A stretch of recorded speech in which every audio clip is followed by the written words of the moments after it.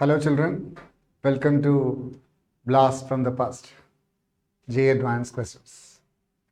Today we are going to discuss again one more question from sequences series, that is from geometric progression. This is also seemingly a very simple question, but there is a trick in that. That's why we are discussing it. A, B and C are positive integers such that B plus A is an integer. It is given that A, B, C are in GP. A, B, C are in GP means you can write B as AR and C as AR square, where R is its common ratio. It is given that B by A is an integer. What is B by A? B by A is, B can be taken as AR, B by A is R, and C by A is, C is AR square by A is R square. From that what we get is, if B by A is an integer, R is an integer, trivially R square is also an integer. That's a catching point here. R is an integer, R square is also an integer. Common ratio are integers.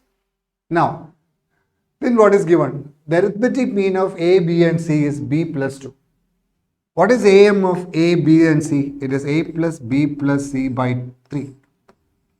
And it is equal to, it is given, it is B plus 2. If you simplify this, it is 3B plus 6, or it is, B can be cancelled, it is 2B plus 6, B, A plus C, right? A plus B is equal to 3B plus 6, that is B and B, one B will go off, it is 2B plus 6. Now you use this idea, B by A is R and C by A is R square. You divide throughout by A here. You divide throughout by A, what do you get? 1, A by A is 1, plus C by A is equal to 2 into B by A plus 6 by A. Now you know B by A is R and C by A is R square plus 6 by A, which gets converted into, take this R to this side, it is 1 minus R plus R square. It is 1 minus R the whole square is equal to 6 by A. Now, R is an integer. Therefore, 1 minus R square is an integer. Therefore, 6 by A should be an integer. If 6 by A is an integer, what should be, what are your requirements? 6 by A is an integer. 6 by A is an integer means A can be either 1, 2, 3 or 6, right? Can be, because if A is 1, it is 6, 2, there is 3, 3, it is 2, and 6, it is 1. If A is 1, suppose you put A equals 1 here, it is 6 by 1, 1 minus R square equals 6, 1 minus R is root 6. You get R as non-integer.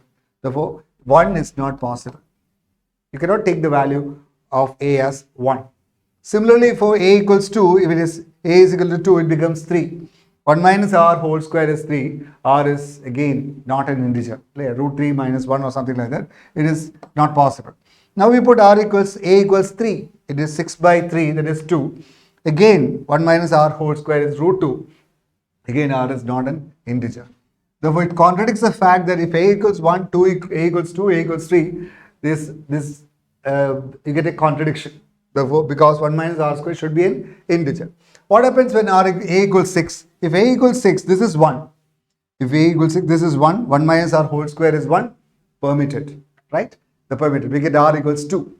Anyway, you are not asked the value for R. You are not concerned with the value of R. You can get the value of A of R as 2. But if A equals 6, it is permitted. Therefore, only possible value A can take here, for which R is an integer, is 6. That is all the question. Now you put 6 here. This is a question. What's the value of A square plus A minus 14 by A plus 1? You put A equals 6 here. What is your answer? It is 6 square plus 6 minus 14 divided by 7. To simplify it, the value is 4. Right? Is it not very easy? Very easy question. Therefore, if you get benefit with this proof and all that, this concept may get repeated. Therefore, of course, the question will not get repeated, but the concept may get repeated. Thank you.